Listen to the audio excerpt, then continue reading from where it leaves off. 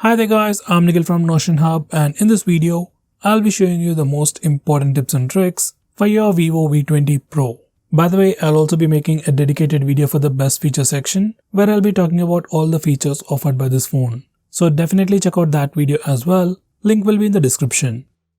With that said, first I'll start off with the navigation gestures. Now once you enable the navigation gestures, you can swipe from the bottom of the screen to go home. You can swipe and hold for recent apps. And you can swipe from the left side or the right side of the screen to go back a step. To trigger Google Assistant, you can swipe diagonally from the bottom left corner or the bottom right corner. Just swipe it and Google Assistant will trigger. Next we have split screen mode. Now split screen mode allows you to use two applications at the same time. And there are multiple ways to open or start split screen mode. First we can do it from the recent apps page.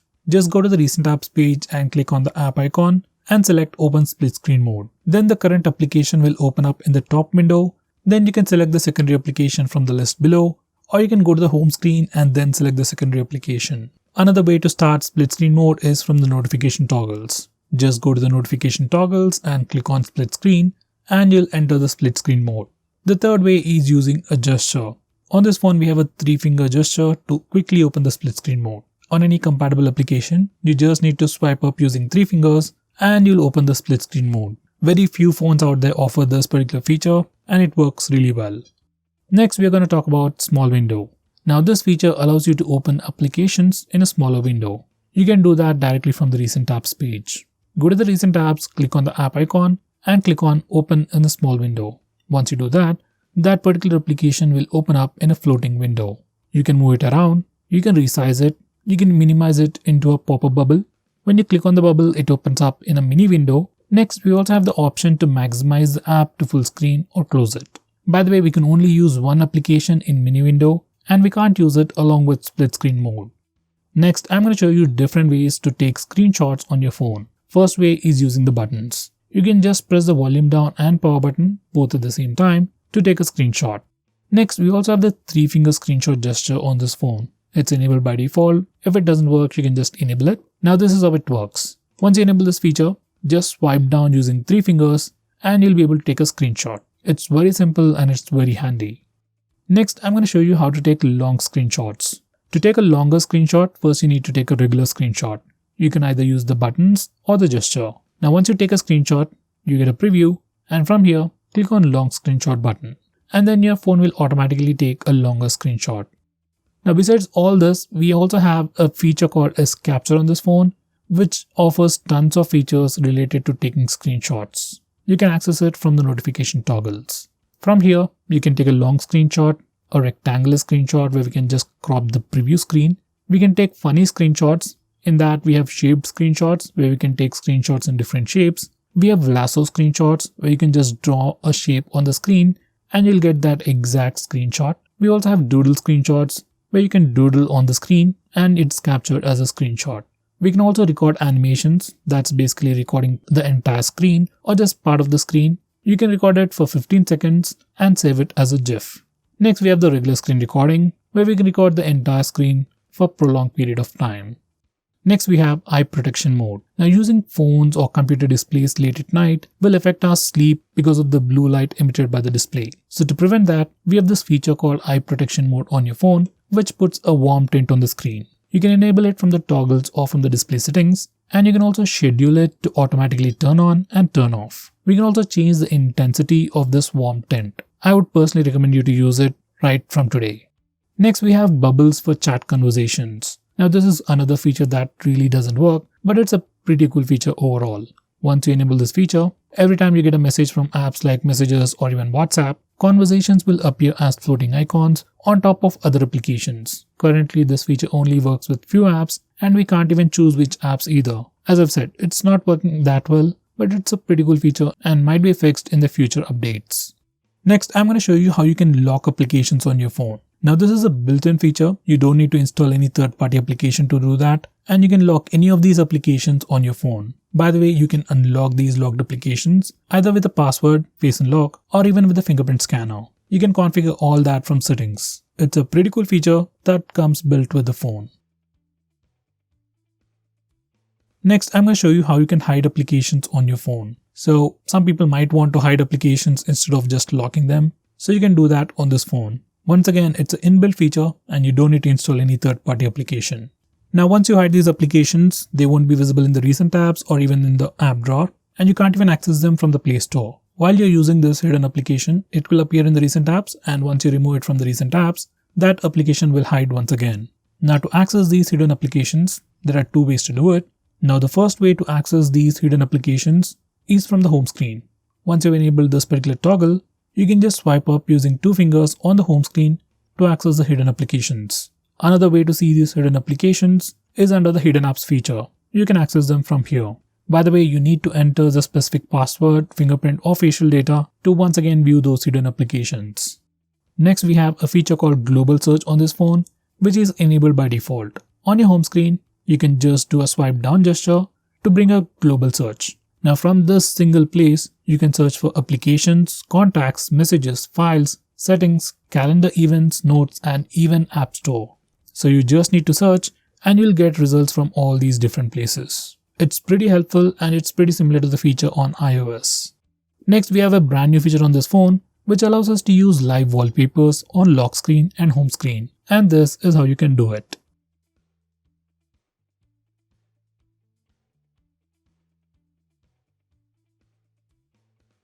Next, we have Nearby Share. Now this feature allows you to share files between different Android devices over Wi-Fi. Almost all the Android phones these days come with Nearby Share. First, you need to enable Nearby Share on both phones. On your phone, set visibility mode to everyone or contacts. If you're sharing files with someone new, then set visibility to everyone. It'll automatically change to contacts after some time. Now once you're done that, select the files that you want to share and click on the share button. You'll see all the nearby devices on the share menu and just click on the nearby device to quickly share those files over Wi-Fi to the other Android device. Now this feature is just like the Share It app, but it's an inbuilt feature that comes on all the latest Android phones. Next, we have Vivo Share or iQOO Share. Now this is an application that you can find on Vivo and iQOO phones. It's just like Share It, but only for Vivo and iQOO phones. It'll allow you to easily share files between Vivo and iQOO phones over Wi-Fi. Here's a quick preview.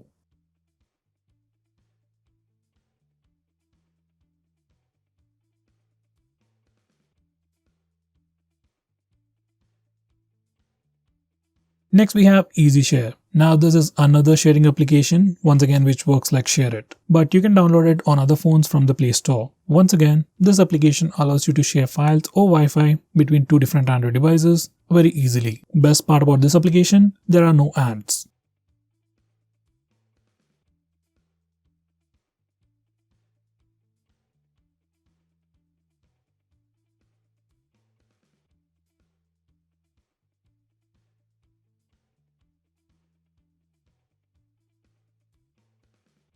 Next, we can do lots of customization on this phone. First, we can download multiple themes from the theme section and apply any of them. Next, we can also change the color scheme or the UI colors itself. From here, you can change the system and app UI color schemes just by enabling this toggle. We have all these colors available. We also have wallpaper colors. So every time you change the home screen wallpaper, UI colors adapt automatically.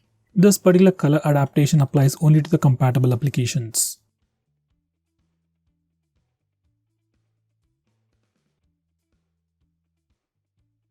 Next, we can change the font and display size on this phone. First of all, we can change the font size from these settings, and from the same place, you can also change the display size as well. Now, when you change the display size, sizes of elements like fonts, images, and icons will be adjusted automatically. Next, we can also change the font style on this phone. Now, first of all, we have some pre-installed fonts, so you can change them directly from here. And if you want, you can even download more according to your preference.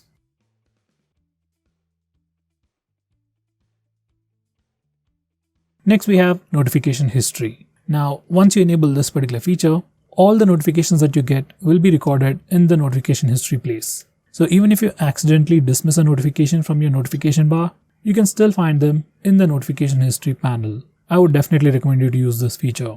Next, we have privacy dashboard. Now this particular feature allows you to see which application has access to your camera, GPS, microphone and other permissions. And at the same time, this particular feature allows you to see which applications have used which particular permission at which specific time. So you get a complete timeline history and you can easily find out which applications are misusing permissions, and from here you can also block those applications from accessing those permissions.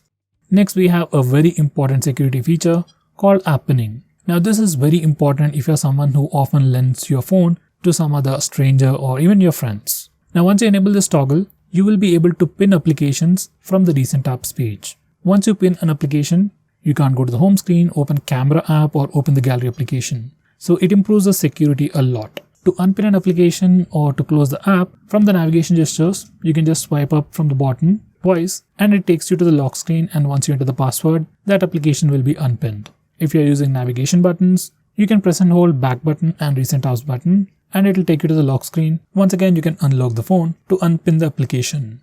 Next we have blur recent apps. Now there are some applications that you want to blur the interface in the recent apps page. Let's say for net banking applications, you don't want others to check out your balance details or other information. You can blur those applications in the recent apps page. You can do all that from here. Next we have background power consumption management. Now on this phone, apps get killed automatically most of the time. For some reason, if you don't want some specific applications to be killed automatically, then you can do that from here. Just go to settings, select the individual application and select do not restrict background power usage. Once you do that, this application will not be killed automatically in the background or whenever you lock your phone. Next we have palm capture. Now once you enable this gesture, you can just show your palm for both the front and rear cameras to take a picture automatically after 2 seconds. Here's a quick preview. Next we have a quick shortcut to rotate photos. Normally on other phones, if you want to rotate a photo, you have to select the photo, go to edit and then rotate. But on this phone, on the default albums application, you can just select the photo, open it up and then put 2 fingers on the screen and rotate them manually, clockwise or anti-clockwise to rotate that image. It's a really useful shortcut and I wish others implement this feature as well. Next we have some brand new photo editing options on this phone.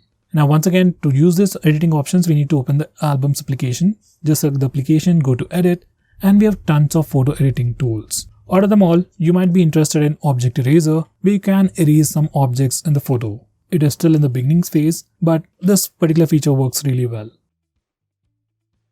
Next we have video editing options. Now this is one of the few phones out there which actually gives us video editing options directly on our phone without installing any third-party applications. If you are a YouTuber or someone who just wants to create some smaller videos directly on your phone, then this can help you a lot. Once again, go to your albums application, select the video, go to edit, and from here, you can actually edit this particular video. You can crop the footage, split it, add extra music track, and do a lot more directly on your phone.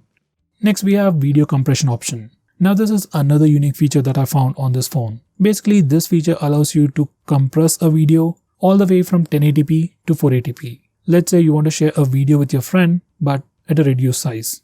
Now you can directly compress that video on your phone. There's a reduction in quality as well as the size, and I would say the compression is pretty decent. Next we have the home screen slide down gesture. Now on this phone, by default, whenever you do a slide down gesture on the home screen, it takes you to the global search, which I've talked about earlier. Now from the home screen settings, you can change it to notification panel. Once you do that, you can just do a swipe down gesture on the home screen to pull down the notification bar. If you don't use the global search feature, then you can definitely use this. Next, we can also change the recent tab style. Now, there isn't any complicated stuff going on here. You can just do a pinch out and pinch in gesture on the recent tabs page to change its complete style. Personally, I like the default one.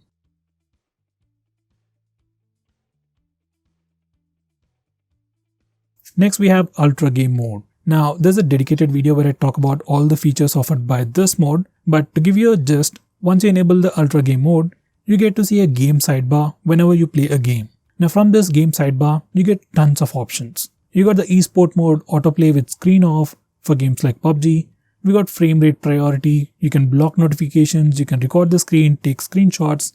Basically, you can do all the stuff related to gaming from this sidebar, and you can access all the settings related to it from the Ultra Game Mode. Basically, it's for gamers, it gives you tons of options. Just check it out.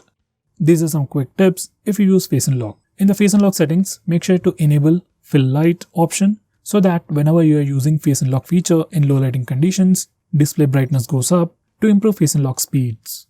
Next, make sure you disable stay on lock screen option. Now, it's enabled by default, and whenever you use face unlock, you will still be on lock screen. You have to manually swipe up on the lock screen to unlock the phone. Disable it and use face unlock, then your phone will be completely unlocked. Next, we have dark mode. Now you can enable the dark mode from the display settings or directly from the notification toggles. Once you enable it, all the system UI elements and even some system applications and Google applications change from the default light theme to the dark mode or the dark theme. Here's a quick preview. By the way, we can also schedule the dark mode to only work at night, which can also be pretty helpful. Next, we have default app management. Now from this place, you can change your default phone dialer, default SMS application, default browser, and so on. So if you want to change it, you need to come to this place. Next, we have flash notification. Now once you enable this feature, every time you get a call or notification, your flashlight blinks and gives you a notification. Now this particular feature can be pretty handy if your phone is lost and is in silent mode. Next, we have smart click or quick action. Now once you enable this feature, whenever your phone is locked, you can press and hold the volume down button to turn on the flash. This is a very useful shortcut.